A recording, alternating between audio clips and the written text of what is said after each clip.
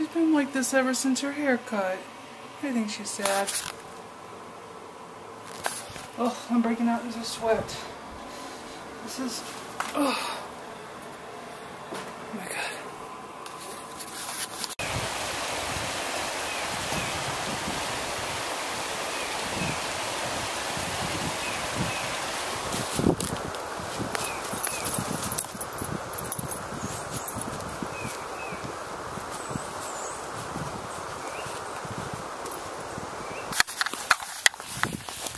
So it's Tuesday afternoon, and my skinny dog is having fun in the woods, and I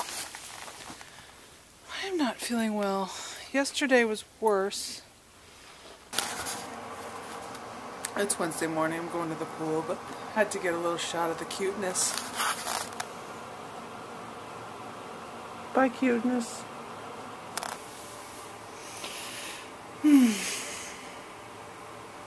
Somebody just vlogged, made a comment after one of my blog posts where I was talking about having, in my vlog I talked about having run 5 miles, and she's proposing that I plan to do a half marathon in October, around the time I was diagnosed. And the truth is, I did do a half marathon the week, right before I was going to have my biopsy and find out, I knew that I was possibly about to find out that I had cancer when I did the half marathon in Hartford last year. And I would like to do that race again. And the subject has come up because my husband wants to do the marathon again. He did his first marathon that day. And I've been really closed to it, to tell you the truth. So thank you for the comment on the blog, because you're making me open up and look at what's going on there. And I have to say, I'm just scared. I'm scared that, the last couple days, actually, I haven't been feeling as well as I have been, sort of on an upward path lately. Things have been getting better. But the last couple of days, it's been harder. And I still have 6 weeks of this chemo to go, and it is cumulative, so it's possible that it'll continue to get harder.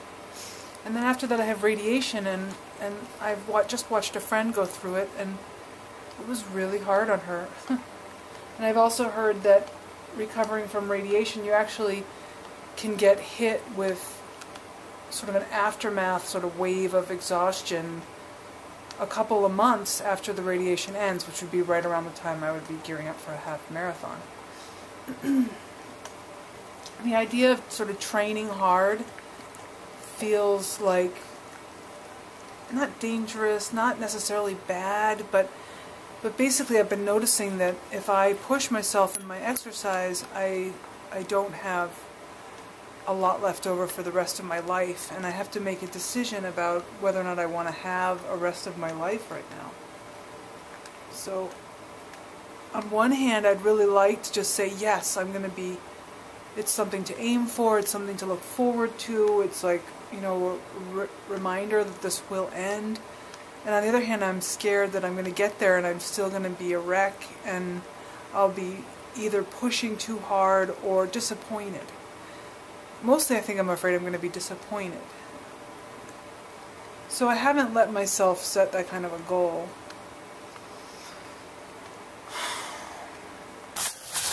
This is what just happened. I threw that tennis ball that Jim just put in his pocket. Millie ignored it. Why? Because Jim was holding the chuck it, and she just waited for him to throw that ball. Let's see if she does this again. All right. Oh, no. Well, you threw it. She likes things when you throw it better. But she's not really going for it. She's like, wait, what about the chuck it? Now she's going for it. That's funny. Oh, man, she's spoiled now. She won't fetch unless it's the chuck it. That's dangerous. What day is it? Thursday. My stomach feels wrong. It's not nausea exactly. It's something weird. And I can only blame it on chemo. Can't blame it on Millie. She's got nothing to do with it. So yesterday I was talking to an old friend who was giving me very nice compliments about my videos and my blog.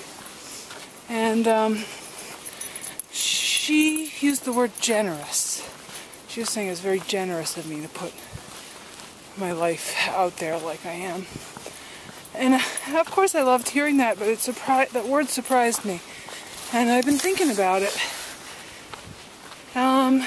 Because honestly, it takes a certain amount of ignoring the voice in the back of my head to do this. The voice in the back of my head that says, oh, you're so self-involved.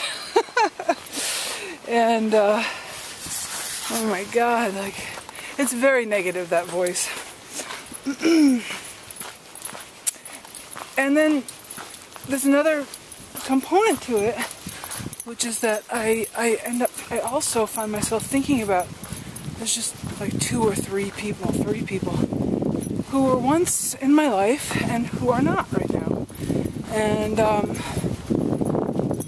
all of whom that I miss to varying degrees, and all of whom could very well be, it's not just these 3 people thinking of it, there's sort of a daisy chain of people.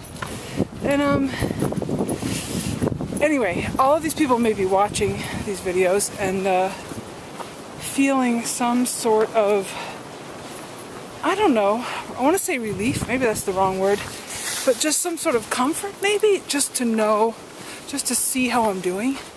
And maybe also that they don't need to ask me directly to find out how I'm doing.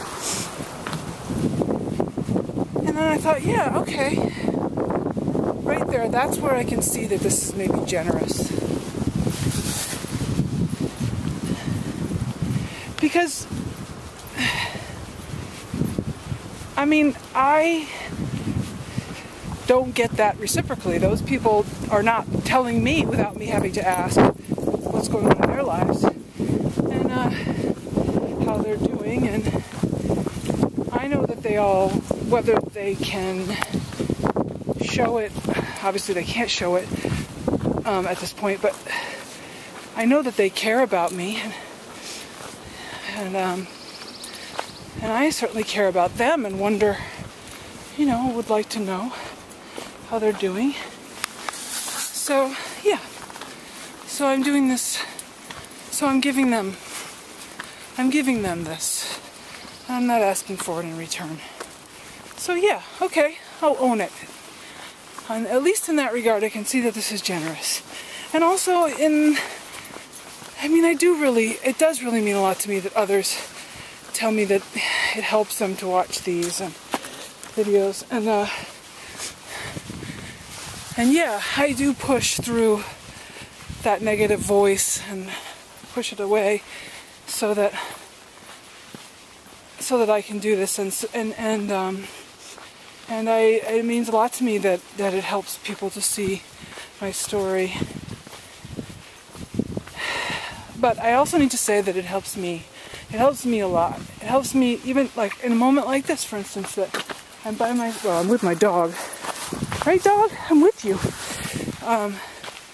But I get to talk about what's going on for me, and I get to, you know, have people pay attention and care about what's going on for me. And I get to sort of think about how I'm doing and process how I'm doing, and that is very healing, and it helps me get through it. So maybe that's another thing that's worth noting, is that if you're when you're going through something hard, share your story with somebody who wants to hear it. And there definitely is at least one person out there in the world who wants to hear it. I want to show you something my friend made for me, which she gave me yesterday on my blog.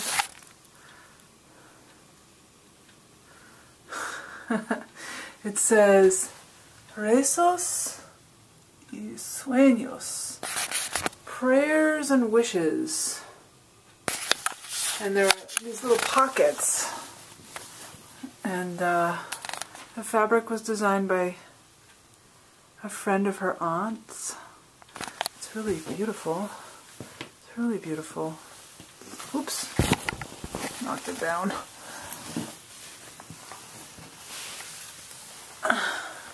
And so the idea is that I can put little prayers and wishes into the pockets. And I forget how she put it, but she was saying it can be anything from, just completely private, letting off steam, death wish, to, deepest held longings. So I'm looking in here. I have, somewhere around here I've got these, oh, here they are. I've got these, blank business cards. And I was thinking that I would write my wishes and stuff on the cards, and I could probably just put them right, slip them right in. Perfect. What I'm looking forward to is being able to be the one who decides what's best for my body now. It's a big deal to turn that over to someone else. I never really put that into words before. But I've always, I'm used to being the one who gets to decide. And in a sense I am. But in this area where it's like, look, you're going to die if you don't do these things.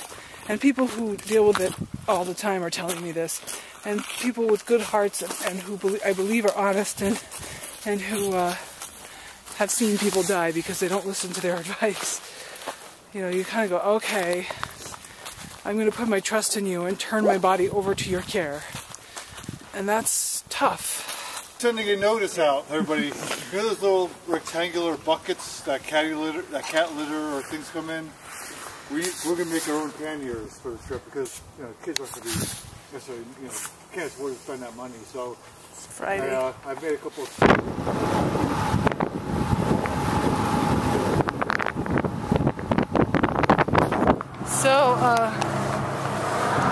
So there was 8 of us on the ride, a little more than 30 miles, and in the last couple miles, my husband, I think he got a flat, but he thought it was just a slow leak, and he thought he could ride.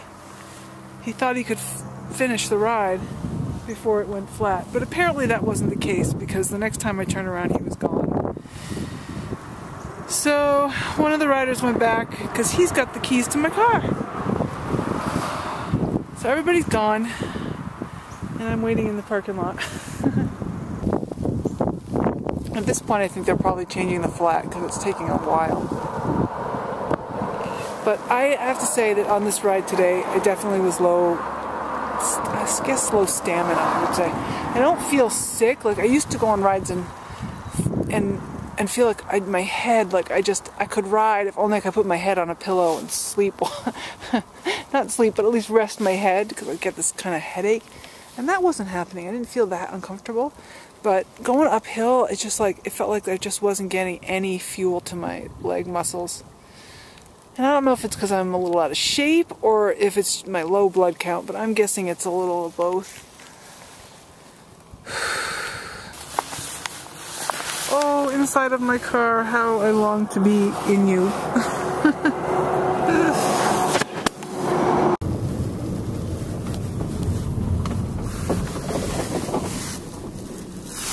So I looked back and you were there, and the next time I looked back you weren't. And Dave pulled up next to me and I said, what's going on? And he said, oh, he had a slow leak, thought he could make it. I was like, well, apparently he's not making it.